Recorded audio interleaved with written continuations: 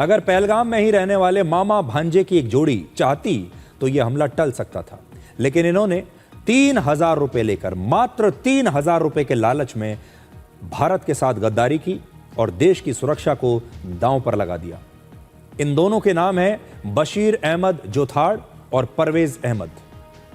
3 आतंकवादियों के बाद ये 2 लोग भी आरोपी हैं।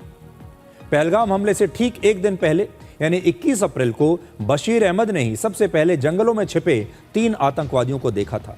इन आतंकवादियों ने बशीर से कहा कि वो उन्हें किसी सुरक्षित जगह पर ले जाए और उनके खाने पीने का इंतजाम करे।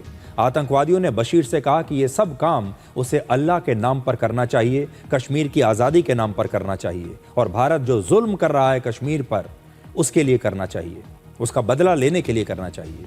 बशीर ने खुद अपने बयान में स्वीकार किया कि उसे समझ में आ गया था कि ये तीनों आतंकवादी हैं और इनकी बातचीत के लहजे में पंजाबी अंदाज था और वो अंदाज था जो पाकिस्तान के लोग बोलचाल में इस्तेमाल करते हैं, और वो तभी समझ गया था कि ये लोकल कश्मीरी नहीं है बल्कि ये पाकिस्तानी है। इसके बाद बशीर इन तीनों आतंकवादियों को लेकर परवेज अहमद के घर ले गया। परवेज ने इन आतंकवादियों को हथियार छिपाने में मदद की और परवेज की पत्नी ने इन आतंकवादियों के लिए खाने पीने का इंतजाम किया। इसके बदले में आतंकवादियों ने परवेज को 3,000 रुपए दिए। तीनों आतंकवादी लगभग 5 घंटे तक परवेज के घर पर रहे और इनके साथ बशीर भी मौजूद था। और उस रात यानी हमले से ठीक एक रात पहले रात करीब 10 बजे तीनों आतंकवादी एक एक करके वहां से निकल गए। बशीर ने यह भी कबूल किया कि आतंकवादी खाना खाते समय अमरनाथ यात्रा, भारतीय सुरक्षा बलों के कैंप्स और उनकी मूवमेंट के बारे में बात कर रहे थे। अगर बशीर और परवेज अहमद चाहते तो इसकी जानकारी उसी समय पुलिस और भारतीय सेना को दे सकते थे और पहलगाम का हमला टल सकता था, लेकिन दोनों ने ऐसा नहीं किया और आतंकवादियों की सूचना देने की बजाय ये उनकी मेहमान नवाजी करते रहे। भारत से विश्वासघात का इससे बड़ा उदाहरण कोई हो नहीं सकता। फिल्म धुरंधर का एक डायलॉग है, हिंदुस्तान का सबसे बड़ा दुश्मन हिंदुस्तानी ही है, पाकिस्तान तो दूसरे नंबर पर आता है। और अगर ये दोनों मामा और भांजे चाहते तो 26 लोगों को हम बचा सकते थे। अब आगे की कहानी सुनिए। बशीर अहमद और परवेज अहमद के घर से निकलने के बाद अगली सुबह ये तीनों आतंकवादी बैसरन पहुंच गए, यानी जहां पर ये घटना घटी उस स्थान पर पहुंच गए। इनके पास AK-47 और M4 कार्बाइन जैसे हथियार थे और एक आतंकवादी ने अपने सिर पर GoPro कैमरा भी लगाया हुआ था, यानी उसकी मंशा यह रही होगी कि वो उस पूरे हमले को रिकॉर्ड करे। आतंकवादियों ने इस जगह पर मौजूद पर्यटकों से पहले उनका धर्म पूछा, फिर उन्हें कलमा पढ़ने के लिए कहा और जो कलमा नहीं पढ़ पाया उसके ठीक सिर में गोली मार दी।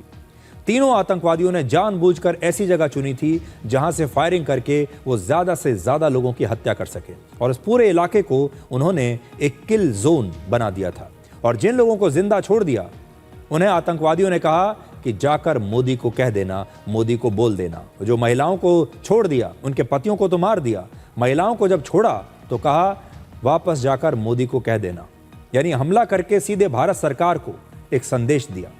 जिन हथियारों से पहलगाम में हमला हुआ, इन्हीं हथियारों का इस्तेमाल जम्मू कश्मीर में वर्ष 2023 से लेकर 2024 तक 4 अलग अलग आतंकी हमलों में भी हुआ था। इसका मतलब है कि ये कोई अलग अलग घटनाएं नहीं थीं, बल्कि आतंकवादियों का एक ही नेटवर्क बार बार उन्हीं एक ही हथियार से हमले कर रहा था। यानी ये जो AK-47 इसके पास थी, M4 कार्बाइन थी, ये ही बार बार इस्तेमाल हो रही थी हमलों में। और ये भी पता चला कि कुछ गोलियां मेड इन अमेरिका थी, कुछ चीन और यूरोप के देशों से में बनाई गई थी। यानी हथियारों के इंटरनेशनल नेटवर्क से इन आतंकवादियों को हथियार मिल रहे थे। आतंकवादियों से मिले डिजिटल सबूतों ने इस पूरे हमले की कड़ियों को जोड़ने में बहुत बड़ी भूमिका निभाई। मारे गए तीनों आतंकवादियों के मोबाइल फोन से फोटो, वीडियोज और मेटा डेटा मिला।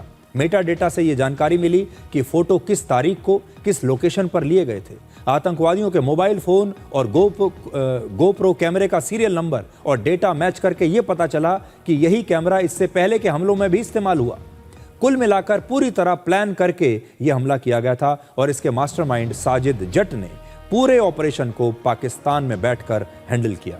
और कश्मीर में आतंकवादियों का एक ही नेटवर्क है जिसने बार बार हमले किए, यानी लगातार हमलों की एक सीरीज उस समय चल रही थी। और अभी मैंने आपको बताया लश्कर-ए-तैयबा का एक मैंने आपको पोस्टर दिखाया था, वो आपको मैं दोबारा दिखाता हूं। देखिए, ये लश्कर तैयबा के आतंकवादी थे और द रेजिस्टेंस फोर्स जो है उसके आतंकवादी थे। तो लश्कर तैयबा जो है वो बार बार अपने नाम बदलता रहता है। वो कभी किसी नाम से एक नया आतंकवादी संगठन बना लेता है, कभी किसी नाम से, लेकिन इनकी जो पेरेंट ऑर्गेनाइजेशन है वो लश्कर तैयबा है, जो पाकिस्तान में इस समय बैठी हुई है।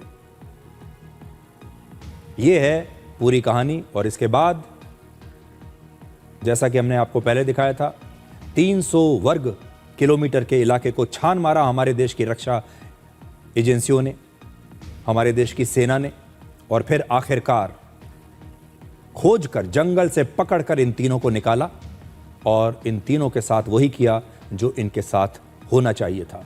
और इनका जो चौथा हैंडलर है वो यहां आया नहीं, वरना वो भी मारा जाता। वो पाकिस्तान में बैठकर ही इनका हैंडलर बना हुआ था, पाकिस्तान में बैठकर ही वो लगातार इनसे ये हमले करवा रहा था। वो आज भी फरार है और आज भी पाकिस्तान में कहीं छिपकर वो बैठा हुआ है। ये है पूरी कहानी पहलगाम की, ताकि भारत के हर बच्चे को याद रहे, भारत के हर नागरिक को याद रहे, और हमें ये कहानी कभी भी भूलनी नहीं है। इससे आपको पता चलता है कि पाकिस्तान आज भी भारत से कितनी नफरत करता है और पाकिस्तान आज भी कितने कोऑर्डिनेटेड तरीके से भारत में, जम्मू कश्मीर में लगातार हमले करवा रहा है।